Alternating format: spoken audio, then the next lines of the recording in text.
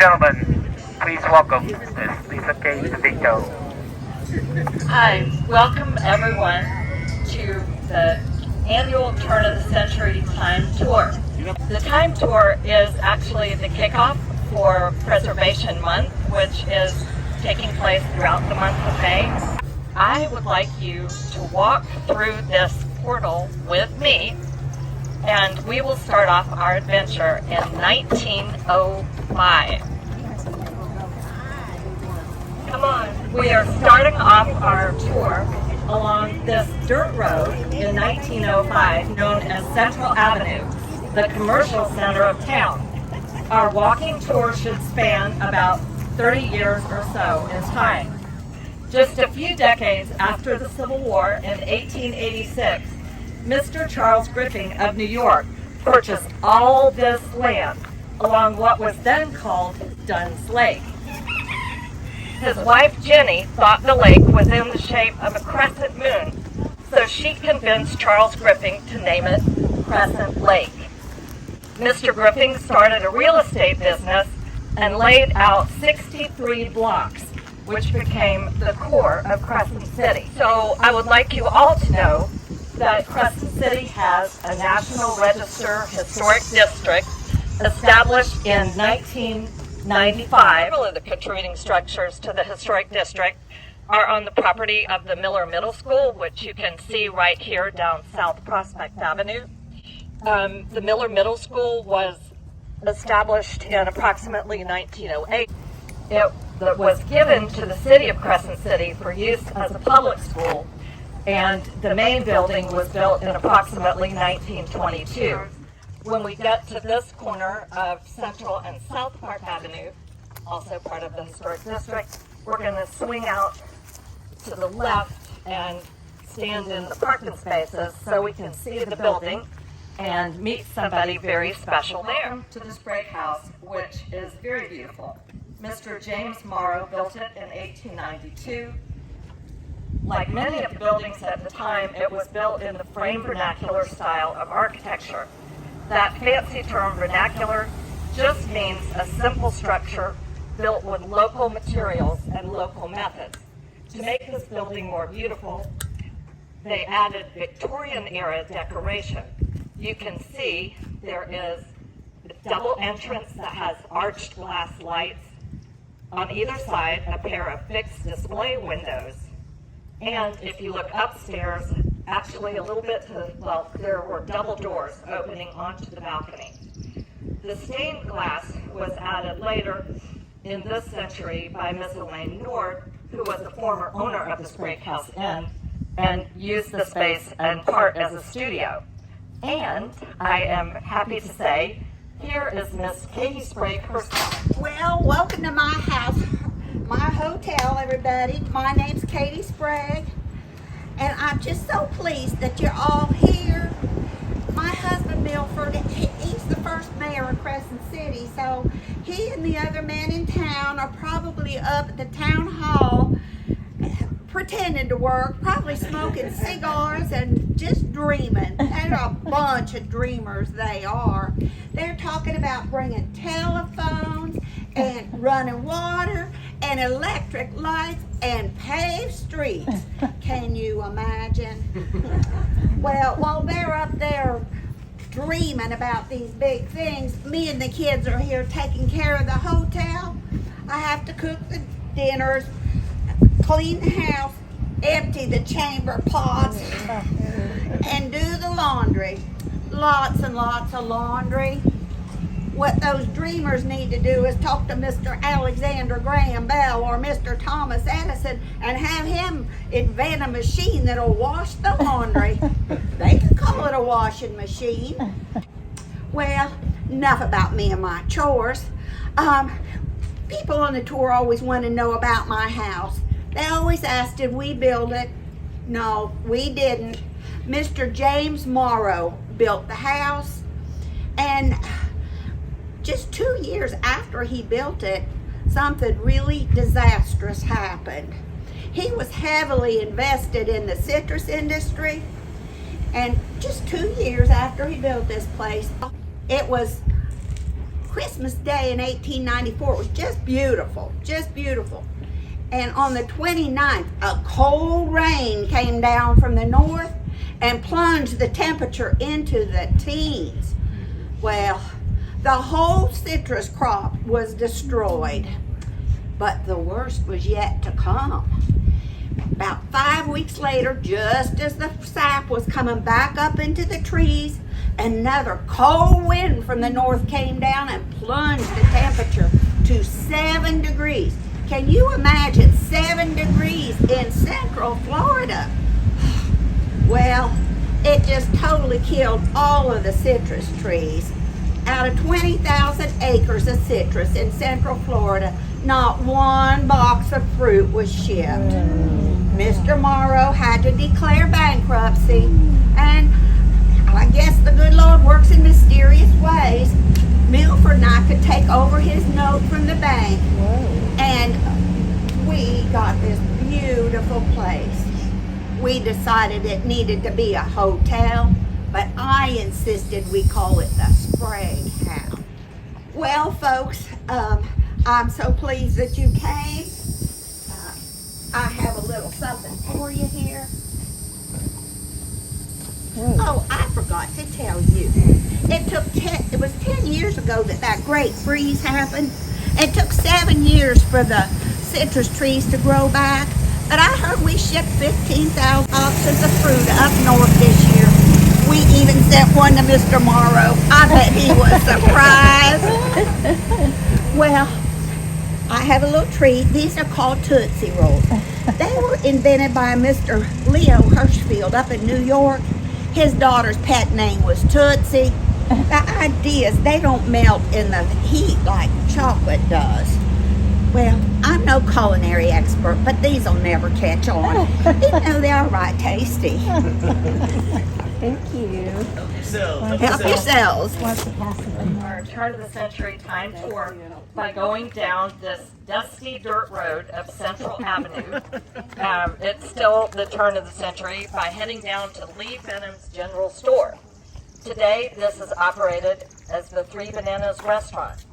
In past years, it was a bait store, a cannery, and also the home of Crescent City Masonic Lodge. It's built in the 1883 frame vernacular style that was commonly used for a business building of that day. Come on up and gather around, folk. Come on down. Welcome here to the Lee Venom store. I bought it from Hiram Venom about 2 months ago. My name's Bill Miller. And I used to own half of the steam line that come here between here and Jacksonville. See, old Hiram, his first store was up in Jacksonville, and he still go back up there to get his supplies to bring down here to this store. And that's how we got to be such good friends, because we'd be on that steamboat ride. I must have taken Hiram up to Jacksonville like 100 times. He was some mercantile man, too. He told me everything about merchandise. Where to buy it, when to buy it, where to put it in the store, how much to mark it up, all that mercantile stuff. Now I'm the store owner and I'm still trying to figure that out. You know, one thing he never told me about was how the prices of things go up real fast. The politicians call it runaway inflation. Well, I just call it runawation, because that's what people do when they see the price go up. They just run down the street. But anyway, they usually come to their senses and they'll come on back and they'll visit us. You know, some of you might want to come back after the tour and do some shopping, because Miss Perkins up the road, she got 100 laying hens, and she brought me some beautiful eggs, fresh eggs. I got them in there right now. But I got a flyer out in town that says eggs is 10 cents a dozen. But grain feed went up, and she told me the price of the egg went, so Monday they're going to be a penny a piece, you know? That's 20% runawation, if you can believe that. Anyway, the other thing I found out about touring people back and forth is they actually, there's up the train. What the hell is that? I never seen anything like that. You're supposed to have a horse and buggy. Get the hell out of here. Don't you come back here either. Anyway, the people around here are real nice too. You know, they would come down the allure of the river trip. I'd bring them up to St. John's River and then cut up into Dunn Street and come in here. They'd see the alligators and the and the snapping turtles and all the birds. We got some of the most beautiful birds you ain't ever seen anywhere in the world. Anyway, they all just love Crescent City. So I'll get carried away. I got lots of stuff to do, and I know you're on this tour and you got to get going. But I got you a real special treat. I tried to get in some Hershey's and some Tootsie Rolls, but those Tootsie Rolls are so dang popular, I can't keep them on the shelf. People really like them because they don't melt like chocolate does. In the meanwhile, Mr. Hershey sent me down some of these little Kisses samples. Now I think Mr. Hershey done lost his mind because he built a whole town up there in Pennsylvania around this Hershey bar factory, the beautiful Hershey bars. And now he's making these little old Kisses, you know. I ain't no confectionery expert, but these things will never catch on.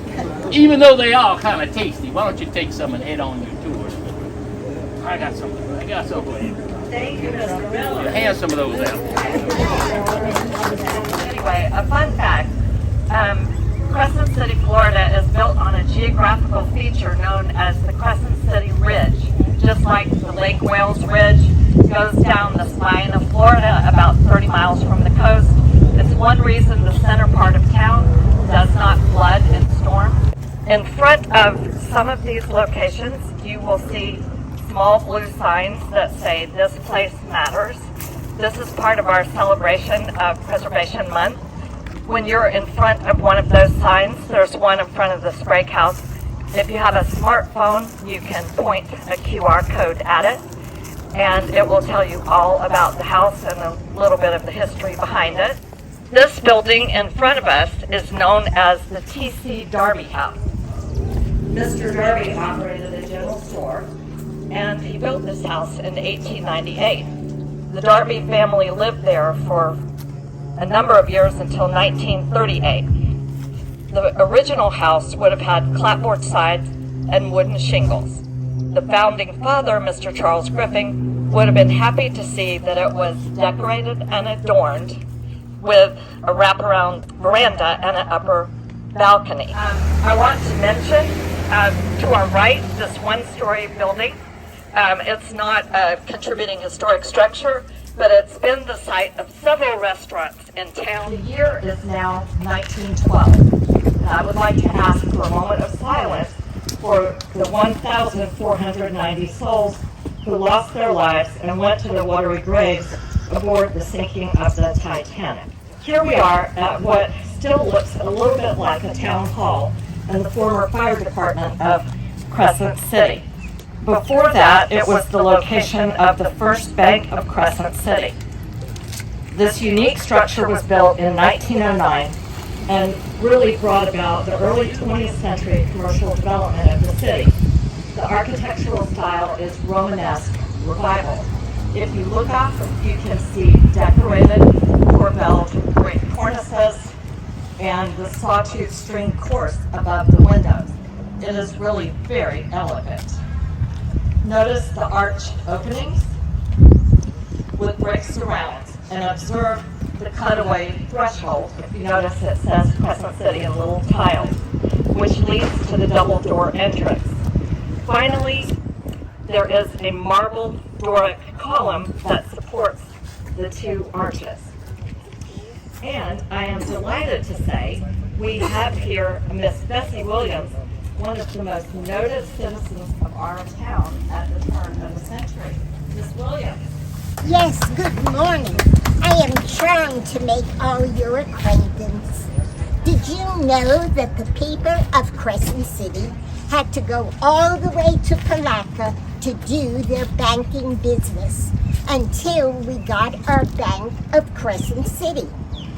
It is said to be the second major bank established in all of Florida.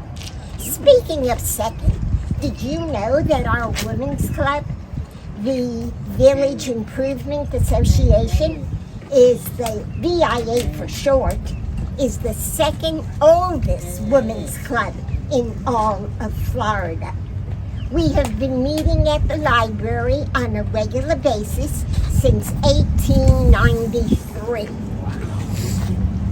So, we have been supporting the library, sponsoring social events, and sprucing up the town with our beautification efforts. Right now, we are involved in getting Central Avenue paved in clay with sidewalks. I am very excited about our new VIA theater, and we will be breaking ground shortly. We have ordered some cookies for our fundraiser.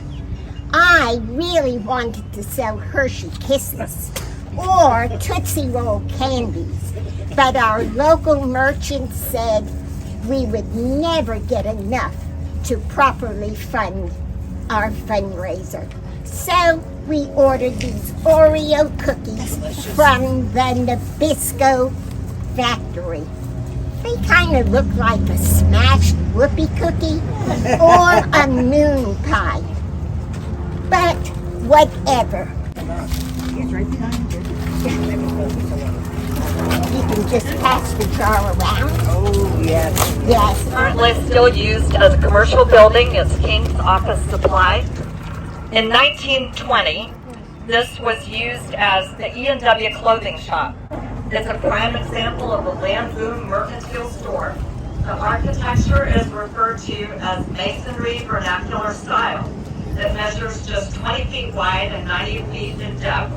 It's built of fireproof interlocking hollow tile. It looks like we're in luck. I think I see the most recent owner of the shop, Mr. Charles Chamberlain. Charles. Howdy folks, come on, gather around. Can you all hear me okay? How's it going? I was just about to go in the back of the store here and grab myself a pickle from the pickle jar because it's been slow lately. Well, with the war, we've lost a lot of folks around here, and it's really nice to see y'all. I look down the road and I see you coming, and I'm thinking, thank you, Jesus, a whole load of customers is coming. But then I realized that I saw this nice lady. What was your name again, ma'am? Lisa Kane DeVito. Yeah, Miss DeVito, and I realized y'all are part of the land boom tour. So welcome to the area, and we're going to try to sell you some land around here so you can become our neighbors, and I can say thank you, Jesus, for future customers. And I might also try to sell you a little bit of clothing in the meantime. She said, I'm Charles Chamberlain, and it's real nice to meet y'all. I own this here shop, E&W Clothing, and it's one of the finest shops in the area to get clothing. As a matter of fact, just between me and you, it's the only shop to get clothing. And I can tell you that we absolutely love this community. We came here to raise a family, and it is a great place to raise a family. First of all, you got the beautiful Lake Crescent to your left, you got the beautiful Lake Stella to your right, and if you're smack dab right here, then you're living between the lakes. What could be any better, folks, right? It's a fabulous place. The weather is really moderate in the winter. As a matter of fact, we almost never get any snow, and if we do, it surely doesn't last on the ground at all. And in the spring, it's nice, and in the fall, it's absolutely marvelous. The summers are a little bit hot, I have to admit, but living between the lakes makes it fine. Just jump in the water and cool off. So I really love this place, and it's a great place to raise a family. Me and the missus are raising 6 youngins here, and just between me and you, I'm trying to talk her into popping out number 7. She always says to me, it's easy for you to say, pop it out, number 7. It's a lot harder for me to pop number 7 out, if you know what I mean, and I can't argue with her. Oh, speak of the devil. This is my lovely daughter, Lucy. Lucy, introduce yourself to the nice folks and tell them what it's like growing up in this here beautiful place. Hi, I am Lucy Chamberlain, and I go to school across the street, and I really want to be a school teacher when I grow up and live in the huge yellow house down that way. And if I'm not at school, I am either helping Dad with the store or Mom with the chores at home. And it's really beautiful in Crescent City, but he makes it very difficult at the house with all the chores. All right, enough, Lucy. Lucy, why don't you go play out over there near the road with your baby, and let me talk to the fine folks. Nice meeting y'all. Anyway, as I was saying, here at the clothing shop, we have everything that you can imagine. I've got connections with the folks up north, and they have some amazing things. As a matter of fact, it is a perfect time if you're a woman looking for women's apparel. We've got some amazing new things, everything from the flapper dresses, which I would not recommend in these parts. We're a little bit conservative and they're a little bit short. But have any of y'all ever heard of these new machine-made cotton dresses? Hey, raise your hands. Have you ever heard of these machine-made cotton dresses? They are amazing, folks. Nothing like them. So we have an amazing selection at great prices. And as a matter of fact, these cotton dresses are going flying off the shelves. So I do recommend that you come by, get yourself fitted with one, and pick one up as soon as possible. The only complaint I keep hearing is because of the heat, the slips, and the corsets are a little uncomfortable. But guess what, folks? I've got some good news. We've got these new products called Lady Bloomers. Don't ask me why I'm not carrying them in my pocket here, but let's just say we're selling them, and they're really inexpensive, and they're of great value. This pair right here is 20 cents. Now, I do want to warn you, prices are probably going up, because if you guys haven't figured it out, we're in a tough inflationary environment. I don't know, did any of y'all meet Mr. Bill Miller? He owns the Mercantile down there? Yeah. I was talking to him the other day. He's a hoot. He was telling me he came up with this funny new word for the runaway inflation, they call it. He calls it runawation. Oh my gosh, that's so funny. Anyway, he's a real hoot. Please, folks, come on back by here. Check it out. You don't have to buy anything, but at least think about coming in and looking around, seeing if something fits your fancy. And I hope you guys have a wonderful tour. Oh, wait. Oh, hold on a second. I'm sorry. I completely forgot. They wanted us during these tours to have something extra tasty. I wanted to get Oreo cookies. Have any of y'all had Oreo cookies? Raise your hands if you ever had Oreo cookies. They are amazing, but you can't get them. They're flying off the shelf. So the Brock's Candy fella came by and sold me on these new things. They're called, let me get them here. Oh, getting old is tough, folks. They're called candy canes. And I can hardly tell that they're anything more than a peppermint stick that's twisted into the shape of a cane. Seems kind of useless to me. I suppose you could hang them on a tree for decorations or something, I guess. Anyway, I'm no confectionery expert, but I don't see these things selling and staying on the market for very long. But they are tasty. Come on up and get some and enjoy your tour. Also known as the Lucy Hardy House. We are walking now into the year 1922. It's a frame vernacular home with what looks like some Queen Anne style, maybe ornamentation. Prior to having its own site, the People's Bank office at one time was located here. In 1942, this house became the home of Lucy Chamberlain Hardy, one of the 6 children of Charles Chamberlain, the guy down the street who just tried to study some bloomers with Lucy when she was younger. And so now we are in 1942, and here is Miss Chamberlain's little girl all grown up. Meet Lucy Chamberlain Hardy. Hello everyone, I'm Lucy Hardy, one of the 6 Chamberlain children. As you all must have just heard, my dad owned the store down the street, and I used to always dream of living here. As a matter of fact, I can almost see myself playing down there right now. Hello, little Lucy! Anyway, my mom gave me this house for me and my husband to live in. This house used to be a doctor's office and a funeral home called the Clay Frank Funeral Home. Rumor has it that I was on the Crescent City flag right there, and I can neither confirm nor deny that rumor, as I swore not to tell. Oh, as a little bit of southern hospitality, I have this candy they call saltwater taffy. I'm no confectionery expert, but I don't think this is going to catch on, even though it is extremely tasty. So, and just to let y'all know, there were several people. Our last stop of the turn of the century time tour is ending here at the elegant People's Bank building. And now back to 1933. Hi everybody, future bank investors from the future. I noticed you're admiring our beautiful People's Bank building. I have a little story to tell you all about it. Everybody ready? Yes. Okay. So back in what we call the roaring 1920s, after World War I, people actually started to do real well. Factory jobs came into more play. People got bigger salaries. They started spending some money. They bought cars. They bought radios. And the radio was great to us. They advertised Florida as heaven on earth. So people who had a little money either wanted to invest or they wanted to move here. And 200,000 people moved here in the early 1920s. And we had 41 original shareholders who saw a great opportunity in the banking business and in that land boom to influx us with some money and get this bank up and going. Now, we were not just a bank. We were the original OGs of multi-purpose business space. We rented upstairs to the Deacon Insurance Agency and to the Crescent City Telephone Company. There you Speaking are, of, Mr. Warner. I just put a call to your office on the switchboard. oh, I'm not in there, darling. I wouldn't be able to get that. It's not like we have cell phones or anything. It sounds important. The man on the phone says that he's from President Roosevelt's new Federal Deposit Insurance Corporation.